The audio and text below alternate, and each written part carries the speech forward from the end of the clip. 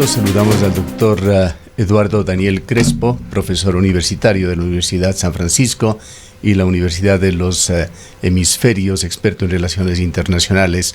Doctor Crespo, muy buenos días. Estados Unidos se encuentra justamente definiendo una elección, una de las más reñidas en la historia, y que reviste una especial importancia para las relaciones comerciales de ese país con el resto del mundo. Y allí estamos, Ecuador, que sigue teniendo como su socio comercial principal a los Estados Unidos. Quisiéramos conocer su punto de vista, su criterio sobre la importancia que revisten estas elecciones para Ecuador.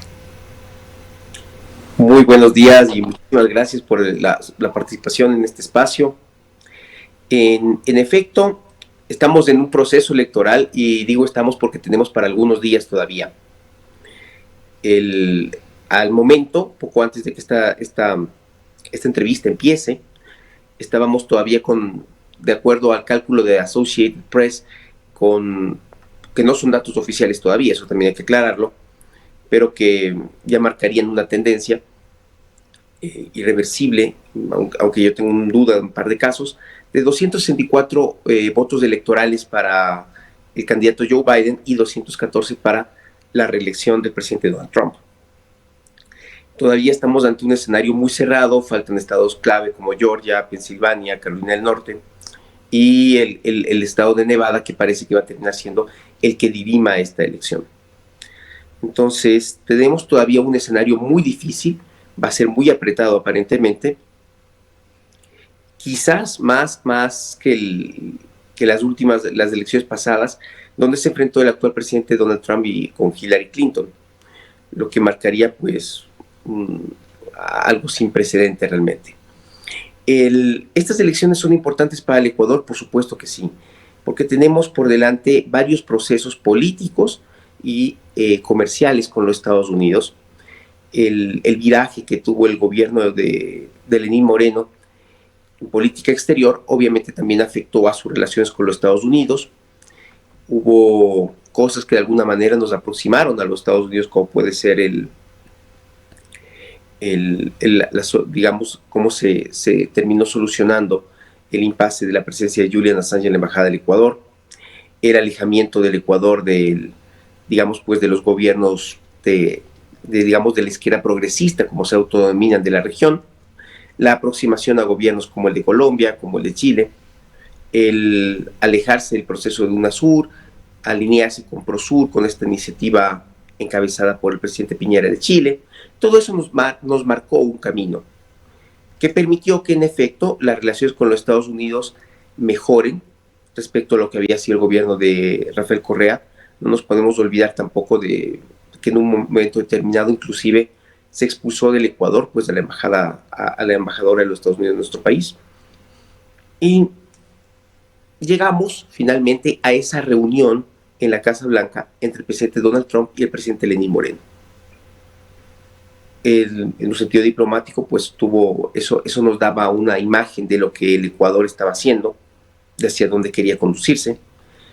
Y el Ministerio de Comercio en ese momento, pues se encontraba todavía el ministro Campana, dio los pasos necesarios para que se reactiven las negociaciones de un acuerdo.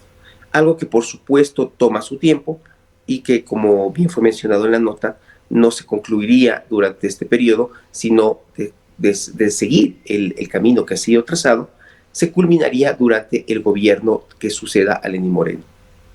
Entonces, ¿qué tan importante es esto? Bueno, los Estados Unidos tiene una agenda de política exterior donde tiene prioridades que son mucho más acuciantes, más apremiantes, empezando por la guerra comercial con China, las relaciones y las tensiones geopolíticas con Rusia, la situación del Medio Oriente, donde sus relaciones con Israel, con Arabia Saudita, juegan un papel muy importante en la contención de ciertos grupos y de ciertos países que son percibidos como contrarios a Estados Unidos, empezando por la República Islámica de Irán. Y ese escenario, pues obviamente pone nuevamente, gane quien gane, a América Latina en un segundo lugar. Las relaciones comerciales con la región son, por supuesto, muy importantes. ya tenemos una idea de por dónde el gobierno de Estados Unidos está digamos, pues trabajando, luego de ver cómo se renegoció el Tratado de Libre Comercio de América del Norte, antes llamado así el ALCA, que ahora pues se ha reconfigurado para que las relaciones de los Estados Unidos con Canadá y con México pues vayan en una línea más acorde con los tiempos. Ahora, hay un antecedente importante, doctor Crespo, de que Donald Trump, aunque pueda pensarse quizá lo contrario, ha sido un crítico abierto a los acuerdos de libre comercio con otros países del mundo, sustentado sobre todo en el celo y el cuidado que tiene en el avance de países como China. Ha argumentado Donald Trump insistentemente que estos acuerdos de libre comercio significan pérdida de empleo para los Estados Unidos. No le gusta el hecho de que empresas norteamericanas se instalen en otros países o envíen sus producciones para que sean manufacturados en la China. También Estados Unidos mantiene abultados déficits comerciales que se atribuyen al excesivo ingreso de productos de bajo costo del país, en los cuales se los envía a hacer maquila o cualquier otra forma. Pero en todo caso, hay enorme expectativa sobre si un eventual cambio en la Casa Blanca cambiará también estas políticas que, como usted lo ha señalado, se las diseña pensando en las grandes potencias del mundo y con situaciones que podríamos llamarla quizá de rebote para países latinoamericanos o Ecuador. ¿Qué es lo que vislumbra usted ante un eventual cambio de mando en la Casa Blanca con respecto a estos acuerdos?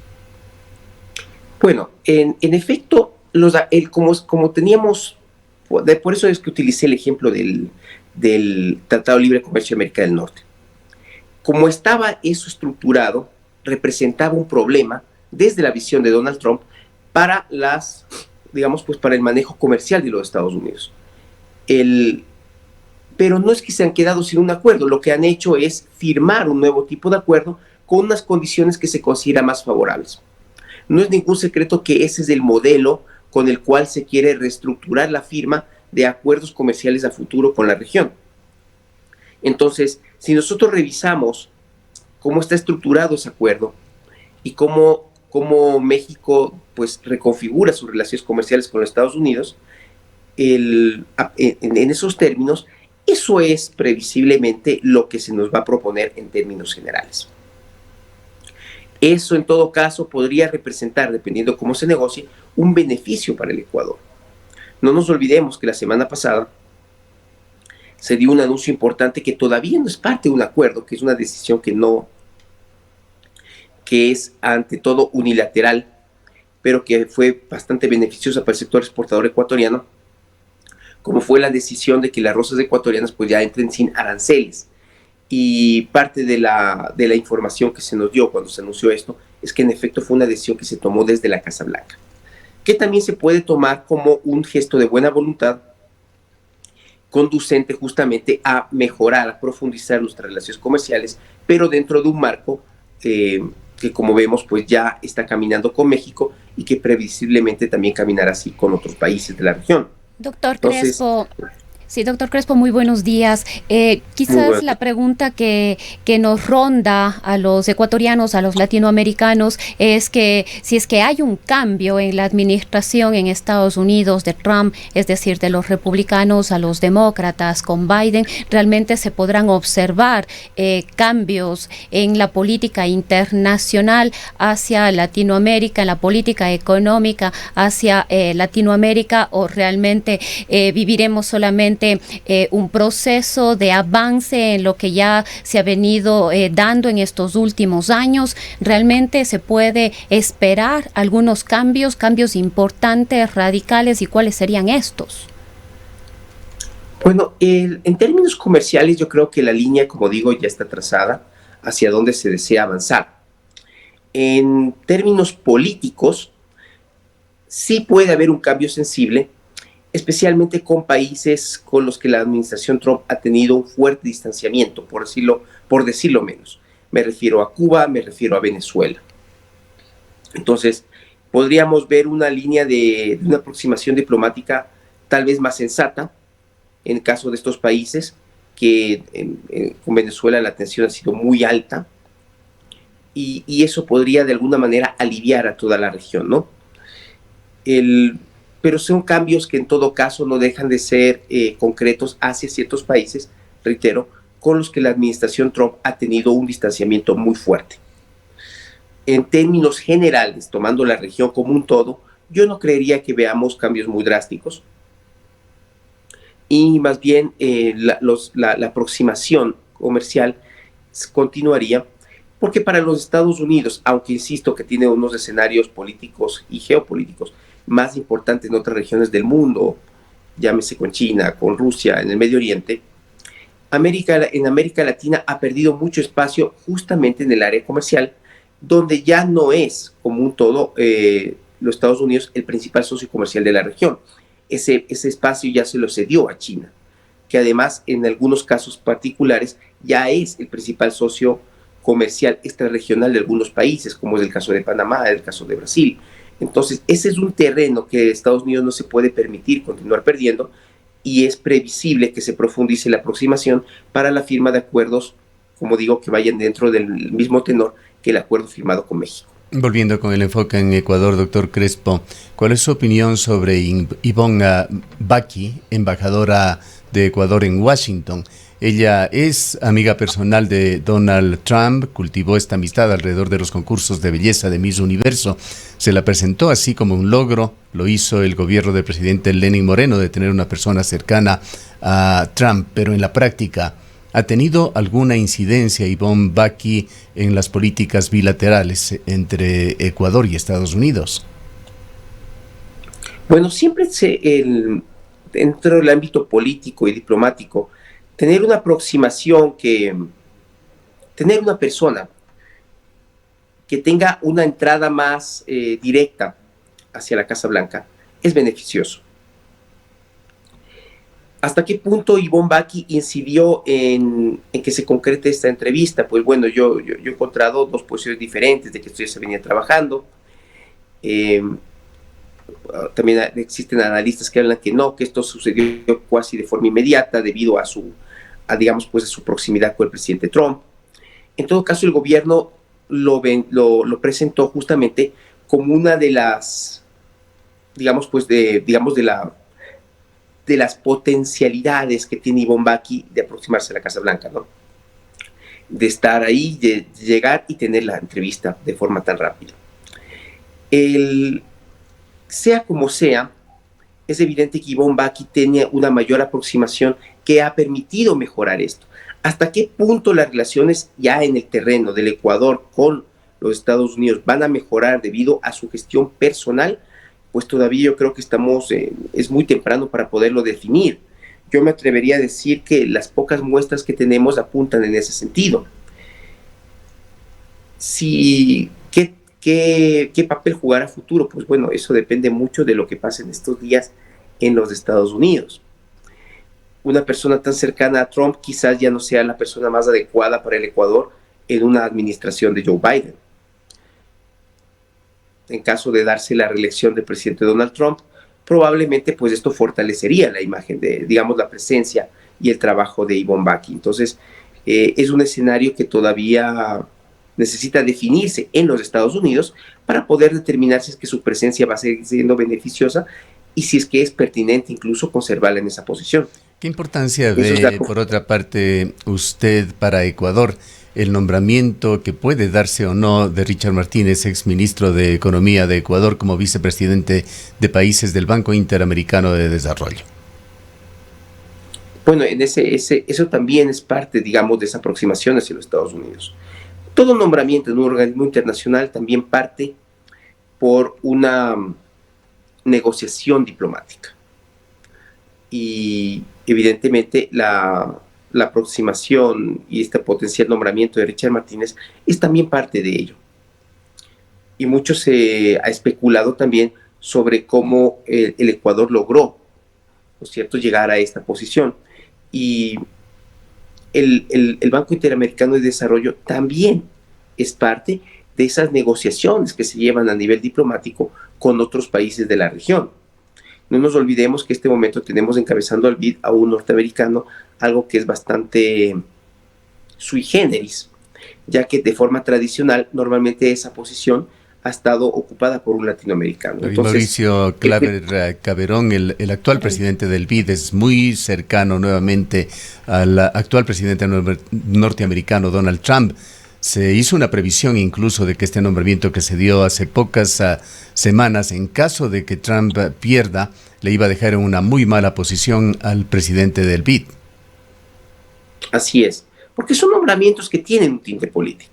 Son nombramientos que nacen de una negociación entre diferentes estados. Entonces, como, bueno, tú me apoyas y qué es lo que yo obtengo para justamente alguien que pueda ser de un nacional de mi país.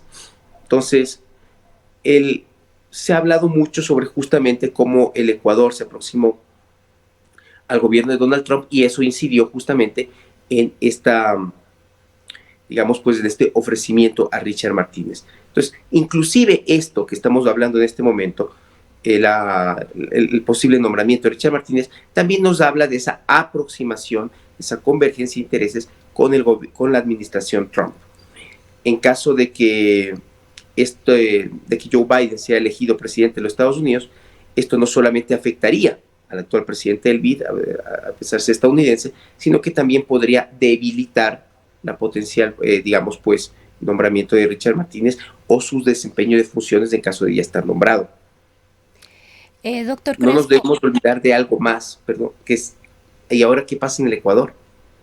Porque no solamente son los Estados Unidos, nosotros ya estamos por entrar también en un proceso electoral. Justamente iba hacia allá, doctor Crespo, mi inquietud, y decíamos si es que seguimos con la tendencia y confiamos en la tendencia actual, Joe Biden probablemente será el próximo presidente de los Estados Unidos, pero sería interesante analizar cómo estarían las relaciones respecto de lo que se viene en Ecuador con un proceso electoral en el que hay tres precandidatos o tres candidatos que podrían llegar a una segunda vuelta y eventualmente ser presidente de la República. Por un lado está Guillermo Lasso, del movimiento Creo en una Alianza con el Partido Social Cristiano, está Andrés Arauz, del correísmo, representando al movimiento UNES con Centro Democrático, y también está Yacu Pérez Guartambel, exprefecto de aquí de la provincia de la Suay con el movimiento Pachacutin, que de acuerdo a los analistas son los tres candidatos probables. ¿Cómo ve usted el futuro de estas relaciones en este contexto electoral y las posibilidades que se vendrían o se observarían ya en el año 2021? Bueno, en efecto, son dos escenarios, yo diría, bueno, tres realmente, que podrían darnos un panorama muy distinto, porque si bien en los Estados Unidos existen cambios que se pueden dar entre una administración demócrata, una administración republicana, en el caso de nuestro país, esos cambios pueden ser mucho más dramáticos. Por un lado va porque las diferencias políticas suelen ser más profundas, y por el otro, por la solidez de nuestras instituciones.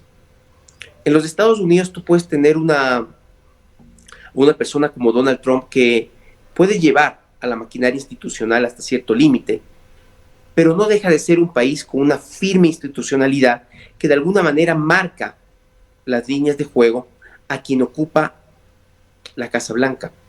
En el caso del Ecuador, nuestra institucionalidad es más débil y normalmente un presidente que viene con muchos votos, que tiene fuerza, como fue, digamos, y carisma, como fue el caso del presidente Rafael Correa, no tiene ningún problema en reestructurar la institucionalidad del Estado prácticamente a su antojo y direccionarla de una manera que le permita cumplir con sus objetivos de una forma más adecuada.